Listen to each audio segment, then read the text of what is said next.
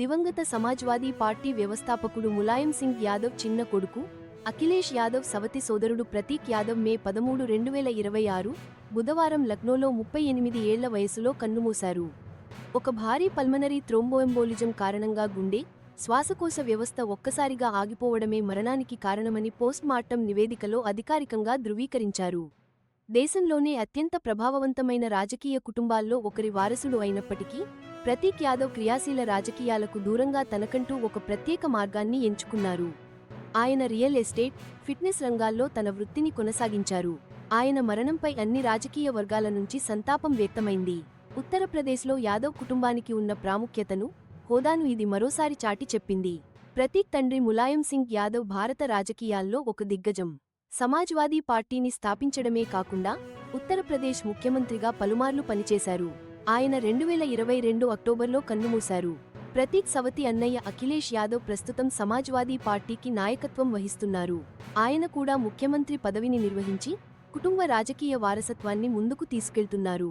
ప్రతీక్ యాదవ్ జీవిత ప్రయాణం, వాళ్ల కుటుంబం రాజకీయ పంథాకు చాలా భిన్నంగా సాగింది.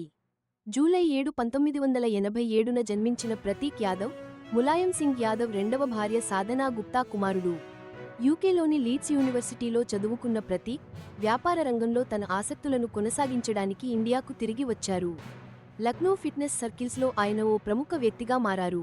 ఐరన్ కోర్ ఫిట్ జిమ్ని స్థాపించడంతో పాటు ఆయన ఓ ఫిట్నెస్ ప్రియుడిగా కూడా గుర్తింపు పొందారు. అంతేకాకుండా ఆయన జంతు సంరక్షణలో కూడా లోతుగా పాలుపంచుకున్నారు.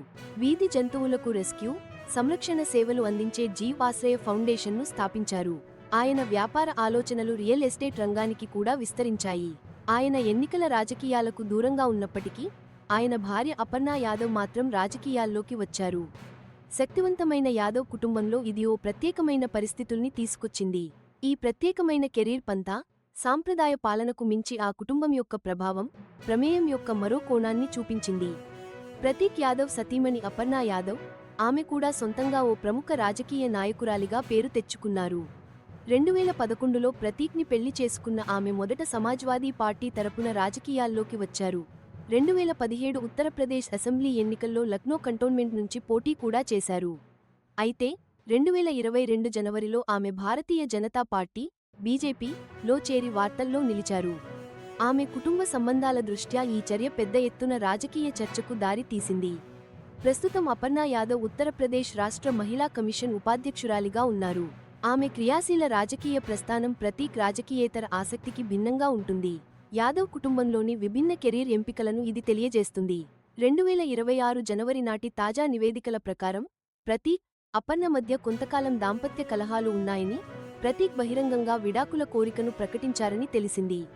అయితే ఆయన మరణానికి ముందు వచ్చిన పోస్టులు వారు రాజీ పడ్డారని సూచించాయి. ప్రతీక్ యాదవ్ మరణం ఈ ప్రముఖ రాజకీయ కుటుంబం జీవితాలపై ప్రజలకు ఎంత ఆసక్తి ఉందో